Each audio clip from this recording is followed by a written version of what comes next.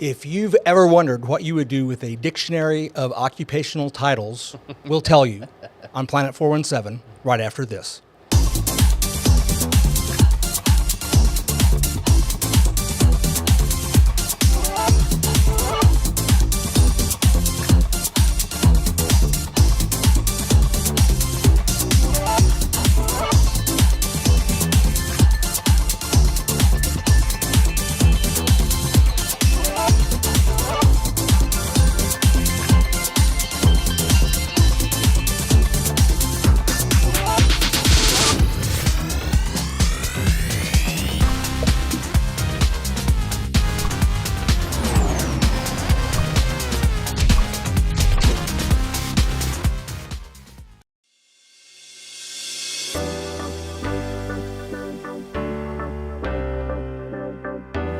I want to be your disability rep.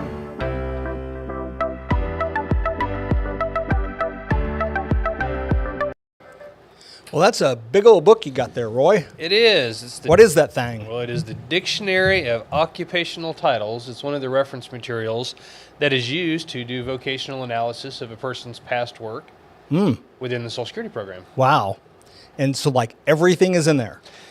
Supposedly, every job in America is in this book. Now, I say supposedly. It was put together in 1973.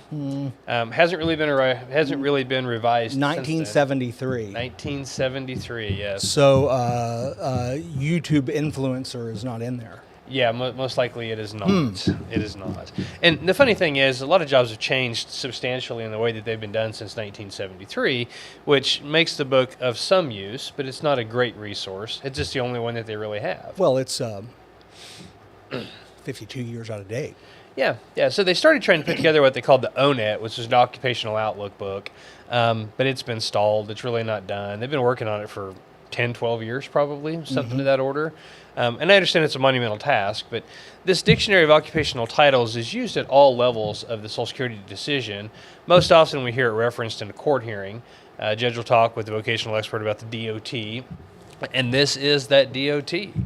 And so when I say that this book is antiquated, there are things in here that still exist in the book, but don't exist in reality, right? Right. Typewriter repairman, TV repairman still hits the book. Yep. A mule skinner still hits the book. Pager salesman. Yeah, exactly. There's a felt-backed tile inspector, which are similar to what you have on your floor, actually. Oh, really? Wow. But the felt-based linoleum was asbestos. Yep. Was an asbestos product. It was outlawed in the early 80s. It no longer exists, but occasionally you'll hear a vocational expert in a hearing reference that kind of job. Okay. Yeah. And so how does that play into what you do? So whenever we talk about somebody's ability to go back to their previous job, we have to classify that work against some sort of a standard. This is that standard. And so a vocational expert will classify the work with a reference number from the book, and from that it'll tell us the skill level on a rating scale of 1 to 10, and it'll show us the strength level, so either sedentary, light, medium, heavy, or very heavy. And that's the way we kind of separate out, the skill and the strength level. What does lawyer say in there? Lawyer's going to be an SVP, a specific vocational profile of 8, so an 8 of 10. And depending on... That sounds good. Yeah, and depending on how the lawyering is done, for lack of a better term... What if you don't have a suit? Yeah. But that'll kind of dictate as to whether or not it's light work or sedentary work. Oh, okay. And you can imagine in the practice you've done in the past, a lot of time out in the world, traveling about, up on your feet. Yep. You would be inclined to believe that it was light work because of the fact that you had to stand and walk so much of the day. Moving a lot, A lot There are other lawyer or attorney positions that set most of the day. Yes. And we see the same sort of a thing like in an RN, for example. Right. If you're out running around the floor of the hospital, then you're likely to be a light because you're on your feet most of the day. But there are RNs who do chart reviews that sit at a desk and go through. And years ago, I worked at Lakeland here in town. We had an RN that did restraint logs. And she went through and just made sure that all the I's were dotted and the T's were crossed. So they didn't get in trouble for illegal restraints. This is kind of off the wall, but I'm just curious. Are we calculating into anything the fact that a sedentary job is actually a health risk? No, Okay, well, that's good to know. Yeah. No. My wife is calculating that my now sedentary job is a health risk. I Yeah. can tell you that. Understood. I'll give one quick example here, or Please maybe do. even a couple. You think about the folks who run around the hospital and tend to the patients, right? Some Yeah. of those are CNAs or nurse assistants. In a psychiatric setting, they may even be orderlies, right? And the difference in those jobs can be substantial when we start classifying them. For example, if you work at the psych ward, you may have restraint duties. Right? You may have to hold people down or wrestle them to the ground. So that work's going to be even more physically demanding. It's going to likely be medium because you've got those wrestling responsibilities. Whereas some CNAs have to roll people in their beds to prevent bed sores, have to help with transfers.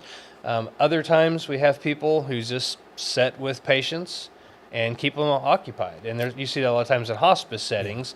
They play cards, read books. And Good to know, and that's why it's important to have an expert riding shotgun with you. Yeah. So if you find yourself in one of these hearings, they're going to talk about the Dictionary of Occupational Titles, and unfortunately, as a layman, you're going to be completely and totally lost. Yeah. A lot of cases are either won or lost based on how the vocational expert classifies your previous work.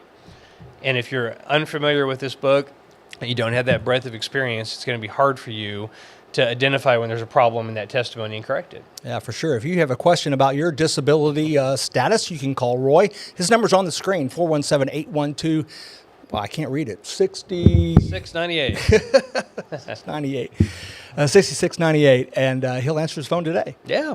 All right. Well, thanks for watching, everybody. We'll see you next week.